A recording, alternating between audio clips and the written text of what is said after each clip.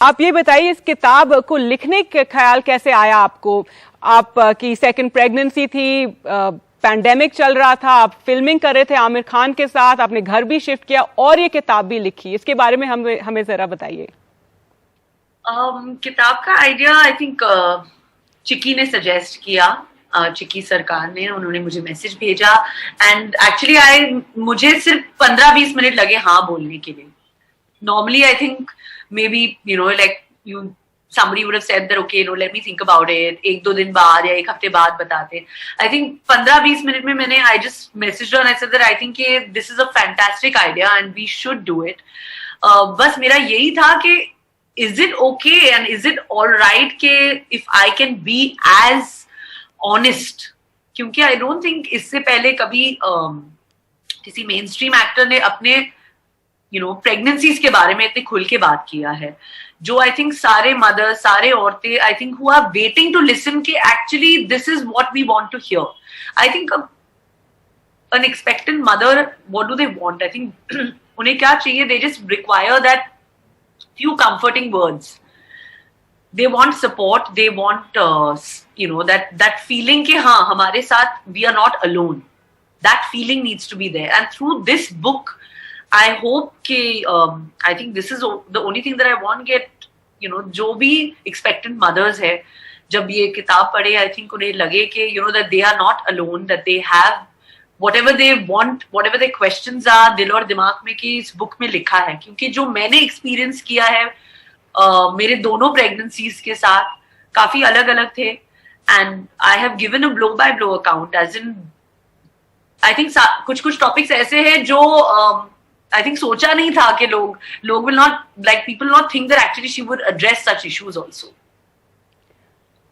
कौन से इश्यूज? आपने अपने बहुत सारी चुनौतियों के बारे में लिखा है, इसमें बहुत ईमानदारी से लिखा है। जो दूध पिलाने में जो दिक्कतें हुई थी शुरू में, उसके बारे में आपने लिखा। आपको 14 दिन लगे किताब में लिखा है कि जब तक आपका दूध आया। आपने अपने सेक्स ड्राइव के बारे में लिखा है कि थोड़ा आपका मोजो कम हो गया था उस दौरान, और वेट गेन के बारे में भी। तो हाँ बताइए।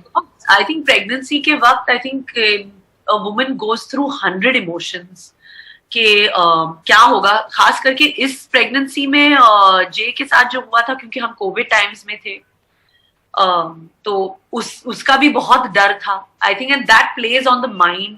सो that's why maybe it took 14 days for the milk to come, because doctors ने कहा कि शायद दिमाग पर इतना प्रेशर है, इतना डर बैठा हुआ है कि क्या होगा, क्या is he going to be okay, because you're constantly thinking, lack of sleep, there is that कि अगर है कि ठीक है, अगर वो सो रहे तो मैं भी सो जाऊंगी। I think that feeling is there, but mothers, I don't think mothers really sleep because that mind is constantly working even then. So इतने सारे issues को that happens, and that probably stops milk flow, which people actually don't think about, don't talk about also. They get scared, and this time I feel it was that pressure on the mind,